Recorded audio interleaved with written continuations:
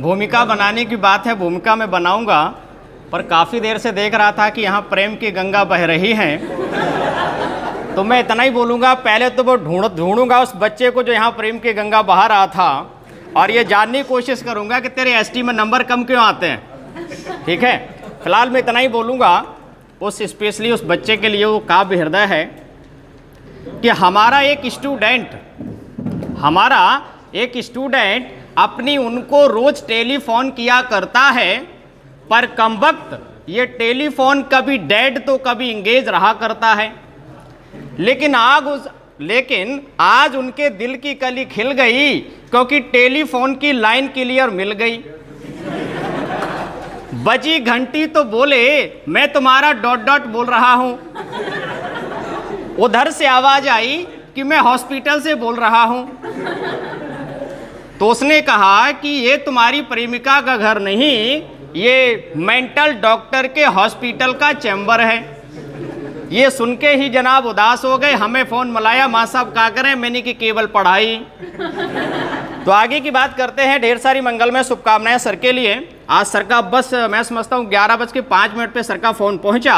मैं बड़ा एक्साइटेड हुआ, और सर ने बताया कि सर का जो है ये अपने संस्थान का स्थापना दिवस मनाया जा रहा है, और मैं समझता हूं कि 14वें नंबर का स्थापना दिवस अपने आप में बहुत बड़ी उपलब्धि है। इसके लिए मैं सीधे तौर पे सर को ढेर सारी मंगलमय शुभकामनाएं। और सबसे बड़ी बात है कि मैं इस ऑर्गेनाइजेशन का पिछले 1 साल से अंग हूं, मैं बड़ा गौरवान्वित महसूस कर रहा हूं।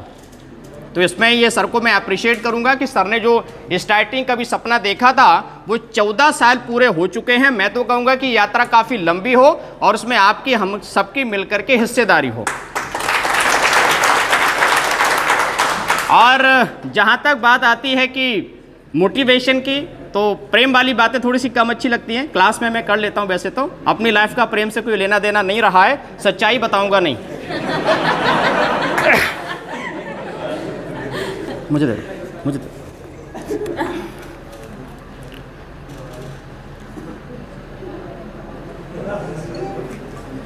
कि व्यर्थ खो रहे हो होश, किसे यूं दे रहे हो दोष। पहले आप स्वयं से सुमंत्रणा तो कीजिए, कि सिद्ध होगा कर्म, कर्म ही महान धर्म। पहले महान कर्म की तुम कल्पना तो कीजिए, कि झांकिए न व्योम, व्योम माने आकाश, कि झांकिए न व्योम आपको मिलेगा सोम। पहले सोम माने अमृत, कि झांकिए न व्योम आपको मिलेगा सोम। पहले धरती के वक्ष को सुहावना तो कीजिए, और इष्ट होगा पास तब सामने प्रकाश। पहले प्रार्थी की भावना से प्रार्थना तो कीजिए, कि आपको मिलेगा इतिहास चेतना का मुख।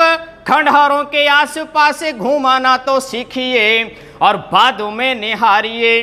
ध्यान देना चाहूंगा, पीछे वाले बच्चे जरूर इस बात पे गौर करें, कि झांकिए न व्योम आपको मिलेगा सोम। पहले धरती के वक्ष को सुहावना तो कीजिए, और इष्ट होगा पास तब सामने प्रकाश। पहले प्रार्थी की भावना से प्रार्थना तो कीजिए, कि आपको मिलेगा इतिहास चेतना का मुख। खंडहरों के आसपास घुमाना तो सीखिए, और बाद में निहारिए कली के होठ लालो। पहले कि बाद में निहारिए कली के होठ लालो। पहले पीर कंटकों की तो में चुमाना तो सीखिए, कि धूल्हा भले है धूल, धूल में खिलेंगे फूल। आदमी के पास मात्र आत्मगंध चाहिए, और चाहिए ना लोकतंत्र ऐसा जो कि शोकतंत्र, बल्कि आज देश को विवेकानंद चाहिए। धन्यवाद, ज़्यादा कुछ नहीं कहूँगा, बस यही है कि सर ने मौका दिया, मुझे बहुत अच्छा लगा।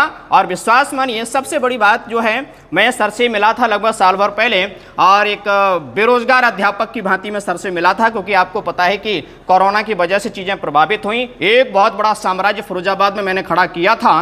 वो दिन कभी भुलाई नहीं भूलूंगा कि जब सर ने मुझे एक मौका दिया पढ़ाने का, और वो दिन भी नहीं भूलूंगा कि जब फिरोजाबाद से मैंने अपनी गृहस्थी का सामान ट्रक में भर के जब मैं अपने घर लाया था, वो दिन मेरी लाइफ का बड़ा ही एक दुख भरा दिन था। लेकिन थैंक यू आप सभी बाल गोपालों का, सरकार जो सहयोग रहा है, मैं जितनी प्रशंसा करूं उतना कम है। और विश्वास मानिए बात, जब मैं कभी घर पे सोचता हूं तो बड़ा आंखों में आंसू आ ही जाते हैं। लेकिन यहाँ सीधी सी बड़ी बात यही है कि अंधेरे के बाद उजाला आता ही है। मैं फिरोजाबाद से कहीं ज़्यादा अपने मायके में अच्छा महसूस कर रहा हूँ।